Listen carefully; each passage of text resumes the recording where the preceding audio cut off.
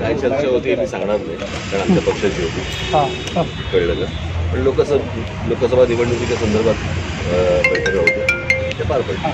आज मराठा आरक्षणाच्या बाबतीत विधेयक मंजूर करण्यात आलेला आहे. तुम्ही कसं बघता, याआधी मी बैठकीत होतो, काय झालं मला माहिती नाही. विधेयक जे आहे हे एकमेकानं मंजूर करण्यात आले, म्हणजे काय झालं,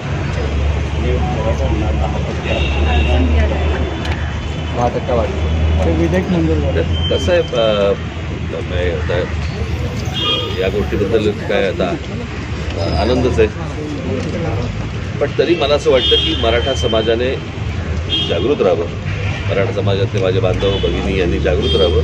हे तोंडाला पानं पुसण्याचं काम सुरू आहे. तुम्हाला आठवत असेल तर मला एक केस मी जर चुकत नसेल तर तामिळनाडूमध्ये झाली होती की राज्य सरकारने अशा प्रकारचं आरक्षण दिलं आणि आज सुप्रीम कोर्टामध्ये केस अजून चालू आहे. त्याचा पुढे काही झालं नाही. राज्य सरकारला मुळात या गोष्टींचे अधिकार आहेत का, ही गोष्ट आहे केंद्राची, ही गोष्ट आहे सुप्रीम कोर्टामधल्या निर्णयाची. हा विषय मी मागे पण सांगितलं होतं की हा खूप टेक्निकल विषय आहे. नुसतंच ह्याच्यामध्ये काहीतरी सरकारने जाहीर केलं म्हणून आनंद मानण्यासारखा नाही आहे. हे नक्की काय आहे हे मला असं वाटतं एकदा मराठा समाजाने एकदा विचारावं त्यांना. 10% दिले म्हणजे काय केलं, कशात 10% दिलं, तुम्हाला अधिकार कोणी दिले, तुम्हाला या गोष्टींचे अधिकार आहेत का, हे परत सुप्रीम कोर्टात प्रकरण जाणार, परत तिकडे पक्ष राज्य सरकार सांगणार आता काय सुप्रीम कोर्टात गेलं, आता आम्ही काय करू शकत नाही. म्हणजे निवडणुकीच्या तोंडावरती या सगळ्या गोष्टी करायच्या, त्याला काय अर्थ आहे का.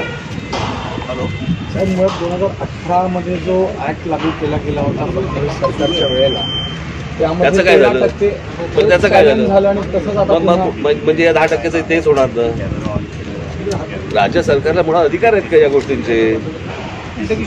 आज या देशामध्ये इतकी राज्य आहेत, या सगळ्या राज्यांमध्ये अनेक राज्यांमध्ये अनेक जाती आहेत, त्यांचेही पण विषय आहेत. ते असं एका राज्यामध्ये एखाद्या जातीबद्दल असं नाही करता येत. हे कुठेतरी मला असं वाटतं समाजाने या गोष्टी त्याच्यावर लक्ष देणं गरजेचं आहे. साहेब, आपण ह्या विषयावर आधीच बोललेला की हे होणार नाही.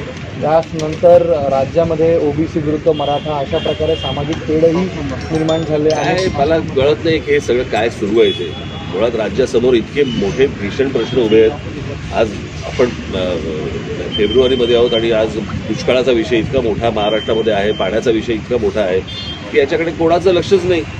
निवडणुका, जातीपातीचं राजकारण, आरक्षण याच गोष्टींकडे आमचं लक्ष सगळ्यांचं वळवायचं आणि मूळ जे विषय आहेत याच्याकडे दुर्लक्ष करायचं.